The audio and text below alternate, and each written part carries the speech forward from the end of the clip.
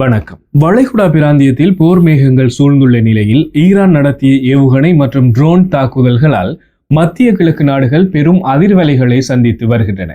இந்திய மாலுமி உயிரிழப்பு முதல் அமீரக அதிபரின் துபாய் மால் வருகை வரை அனைத்து முக்கிய செய்திகளையும் இப்பொழுது விரிவாக பார்க்கலாம்.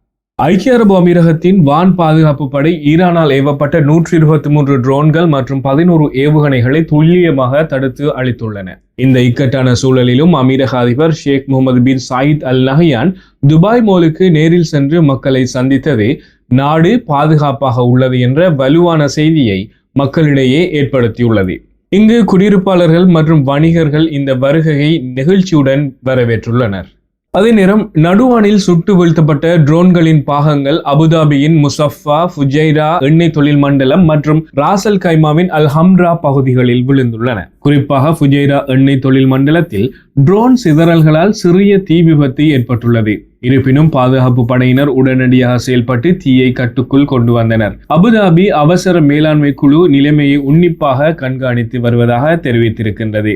இந்த மோதலில் முதல் இந்திய பலி பதிவாகியுள்ளது. ஓமன் வளைகுடாவில் MKD வியோம் என்ற எண்ணெய் கப்பல் மீது நடத்தப்பட்ட ட்ரோன் தாக்குதலில் கப்பலின் இயந்திர அறையில் ஏற்பட்ட வெடிப்பில் சிக்கி இந்திய மாலுமி ஒருவர் உயிரிழந்துள்ளார். இதேபோல் குவைத் கடற்படையில் பணியாற்றிய வீரர்கள் 2 ஈரான் தாக்குதலில் உயிரிழந்துள்ளனர்.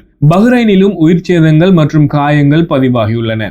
ஓமன் துறைமுகத்தில் உள்ள எரிபொருள் டேங்குகள் மீதும் தாக்குதல்கள் நடத்தப்பட்டுள்ளன. அதே போன்று சவுதி அரேபியாவின் மிகப்பெரிய சுத்திகரிப்பு ஆலையான ராஸ் தனூரா மீது ட்ரோன் தாக்குதல் நடத்தப்பட்டதை அடுத்து அந்த ஆலை தற்காலிகமாக மூடப்பட்டுள்ளது. அதேபோல் கத்தார் எனர்ஜி நிறுவனம் தனது திரவ இயற்கை எரிவாயு உற்பத்தியை தற்காலிகமாக நிறுத்தியுள்ளது. தோஹாவிலும் ஒரு மின் நிலையத்தில் சிறிய தீ விபத்து ஏற்பட்டுள்ளது. கத்தார் அரசு தன்னிடம் ஏவுகணைகள் பற்றாக்குறை இருப்பதாக வந்த செய்திகளை திட்டவட்டமாக மறுத்துள்ளது. பாதுகாப்பு அச்சுறுத்தல் காரணமாக சவுதி, குவைத், பஹ்ரைன் மற்றும் ஜோர்டான் ஆகிய நாடுகளில் உள்ள தனது தூதரகங்களை அமெரிக்கா கால வரையறையின்றி மூடியுள்ளது. ரியாத்தில் உள்ள அமெரிக்க தூதரகம் மீது 2 ட்ரோன்கள் தாக்குதல் நடத்தியதில் சிறிய தீ விபத்து ஏற்பட்டது.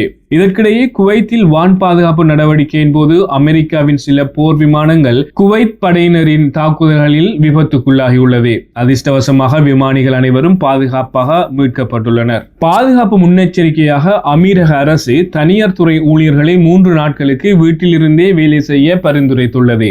வளைகுடா ஒத்துழைப்பு கவுன்சில் ஈரானின் தாக்குதல்களை கடுமையாக கண்டித்துள்ளது. தங்கள் நாட்டின் பாதுகாப்பிற்காக பதிலடி கொடுக்கும் உரிமை தங்களுக்கு உள்ளது என 9 முக்கிய முடிவுகளை GCC அறிவித்துள்ளது. அமீரக அமைச்சர் அலி ரஷீத் அல் நுஐமி பிராந்திய அமைதியை பாதிக்கும் எந்த செயலையும் ஏற்க முடியாது என தெரிவித்துள்ளார். அமீரக அமைச்சகம் நாங்கள் உங்களை பாதுகாப்போம் என மக்களுக்கு, சுற்றுலா பயணிகளுக்கும் உறுதி அளித்துள்ளது. பொதுமக்கள் வதந்திகளை நம்பாமல் அதிகாரப்பூர்வ தகவல்களை மட்டுமே பின்பற்றுமாறு கேட்டுக்கொள்ளப்படுகின்றார்கள். தொடர்ந்து மத்திய கிழக்கின் பதற்றமான நிலவரங்களை உடனுக்குடன் தெரிந்து கொள்ள எமது சேனலினை சப்ஸ்கிரைப் செய்யுங்கள்.